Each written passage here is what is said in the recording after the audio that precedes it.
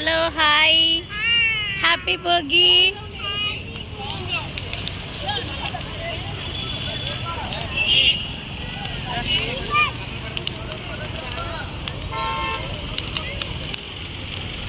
ఒకసారి గట్టిగా చెప్పండి, హ్యాపీ భోగి, హ్యాపీ సంక్రాంతి.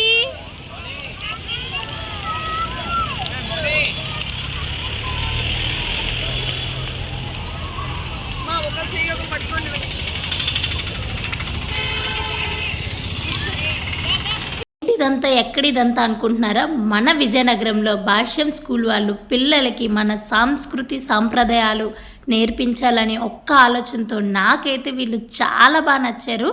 మన సంక్రాంతి మనం పల్లెటూరులో మన ఇంటి దగ్గర మనమైతే ఎలా సెలబ్రేట్ చేసుకుంటామో మన పిల్లలకి కూడా తెలియాలని చెప్పి స్కూల్లో ఇలా సెలబ్రేట్ చేశారు. నిజంగా చూడడానికి 2 కళ్ళు సరిపోలేదు, అంత బాగా సెలబ్రేట్ చేశారు. నాకైతే చాలా బాగా నచ్చింది. నిజంగా స్కూల్ టీచర్లందరికీ పాదాభివందనం చేయాలి.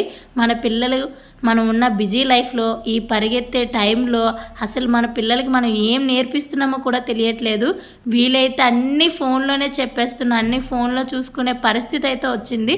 ఒకప్పుడు సంక్రాంతి అంటే ఇలాగా అలాగా అని, కానీ ఈ టీచర్స్ అయితే మీకు విషయం తెలుసా, పేడ పిడకలతో సహా పిల్లలకి ఎలా చేస్తారో ఏంటో ప్రతిదీ ఎక్స్ప్లెయిన్ చేసి అబ్బా నాకైతే చాలా హ్యాపీ అనిపించింది. ఇప్పుడున్న స్కూల్లో మ్యాక్సిమం ఎవరు సెలబ్రేట్ చేయట్లేదు అనుకుంటాను. చాలా చాలా బాగా సెలబ్రేట్ చేశారు సంక్రాంతి. భోగి మంట వేయటం అయితే మరీ చాలా ఆశ్చర్యంగా ఉంది. పిల్లలు భోగి మంట చుట్టూ తిప్పుతూ మంచి మంచి పాటలు పాడిస్తూ, మన పల్లె పాటలు పాడిస్తూ మన పల్లెటూరు వాతావరణాన్ని మొత్తాన్ని వీళ్ళైతే తీసుకొచ్చేసారు. పిల్లలందరికీ తెలియాలి ఖచ్చితంగా మన సంస్కృతి, మన సాంప్రదాయాలు, మన పండగలు, మన హిందూ సాంప్రదాయం, మనం ఎంత గొప్ప చరిత్ర అన్నీ మొత్తం అన్నీ మన పిల్లలకైతే మనం నేర్పించాలి.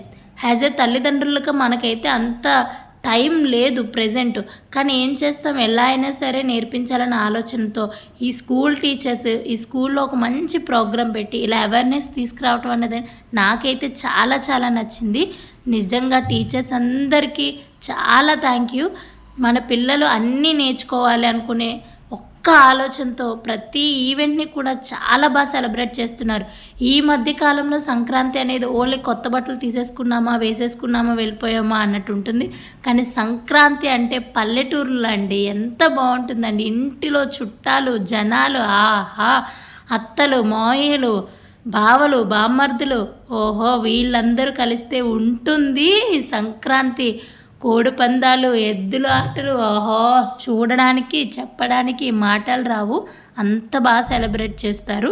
3 days కూడా చక్కగా అందరూ కలిసిమెలిసి చేసుకునే పండగ ఈ సంక్రాంతి.